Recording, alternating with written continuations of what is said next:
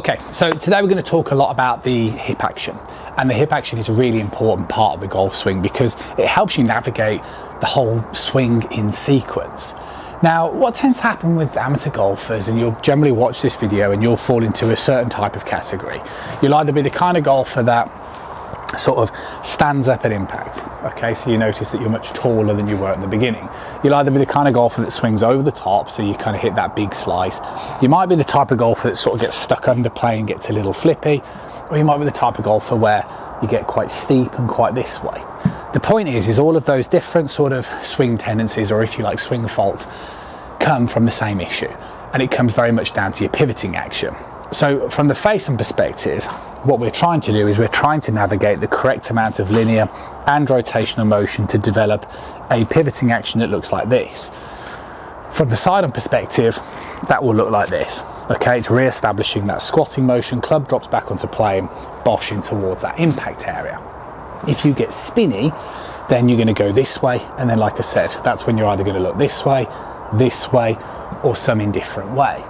So what I've started to do with people that have been reaching out for face-to-face lessons is have been concentrating on the coccyx. Okay, now in the lessons I've been using sort of various objects, and what I've been doing is going to be stronger for you guys to understand this if I sort of draw lines on the screen, then obviously try and hold any sort of object.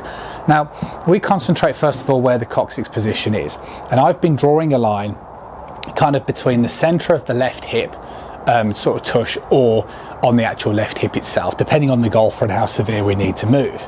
Now the point really is that when we swing up towards the top of the backswing, what you're trying to do is you're trying to get your coccyx to move back onto that line. So you can see the way that what I'm doing is I'm pulling my left hip back, but I'm not pulling it back so my coccyx moves to the right, I'm pulling it so the coccyx moves to the left. But it's a rotational manner, so I'm pulling my left hip back, not like so, this is wrong, like so. And what this motion quite simply does is it forces you to squat down. And if I kind of do it from face on, it looks like this, like I demonstrated earlier. I do it from side on, then you start to look this way. Now what I'm going to do is over the weekend I'm going to try and visit sort of hardware store and get a little bit creative, so I can come back at you next week with a better training aid of something that you guys can do. But it is tricky, as you know, with training aids, because we can't have something there that's going to impale you up the backside, because that isn't going to be something you're going to want to train with. But some sort of feedback that you're doing it correctly would be really beneficial. Anyway, I'm hoping that the visual implementation of that will really help you out, but that's not quite done yet.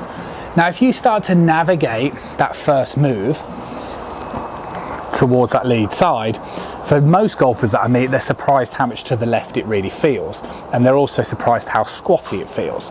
Now from there, then the trick is get your left pocket for right-handed golfers, or your lead pocket, back to the wall.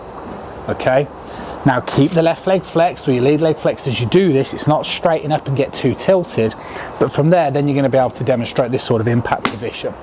And I'm going to be doing a video on wrist positions really soon. Okay, so I'm going to talk about my wrist positions against somebody that I teach wrist positions, and they're different, but the big difference really is down to this pivoting action, which I'm also going to be talking about. So way I get people to do it in lessons, I do it in two phases. So I get them to swing back, I get them to navigate the transition, and then get that impact position where you get that lead hip back. And if you can do a blend of both of those motions, you're going to start to get a stronger feeling for exactly what is right and wrong. Yeah, more this way. Okay, so what I would do is I would concentrate very much on the start to the downswing first, because if you get the start to the downswing wrong, you can't influence impact, and that's again what we're going to be talking about really soon. Think about that coccyx moving left and back, that will help you out. Then think about getting that lead pocket back out of the way, that will give you the impetus then to get those hands moving through. Hopefully that helps. I'm going to put my thinking hat on, hopefully going into the weekend, see if we can get a training aid. Drop in the comments box below if you guys have got any ideas. I'll catch up with you really soon.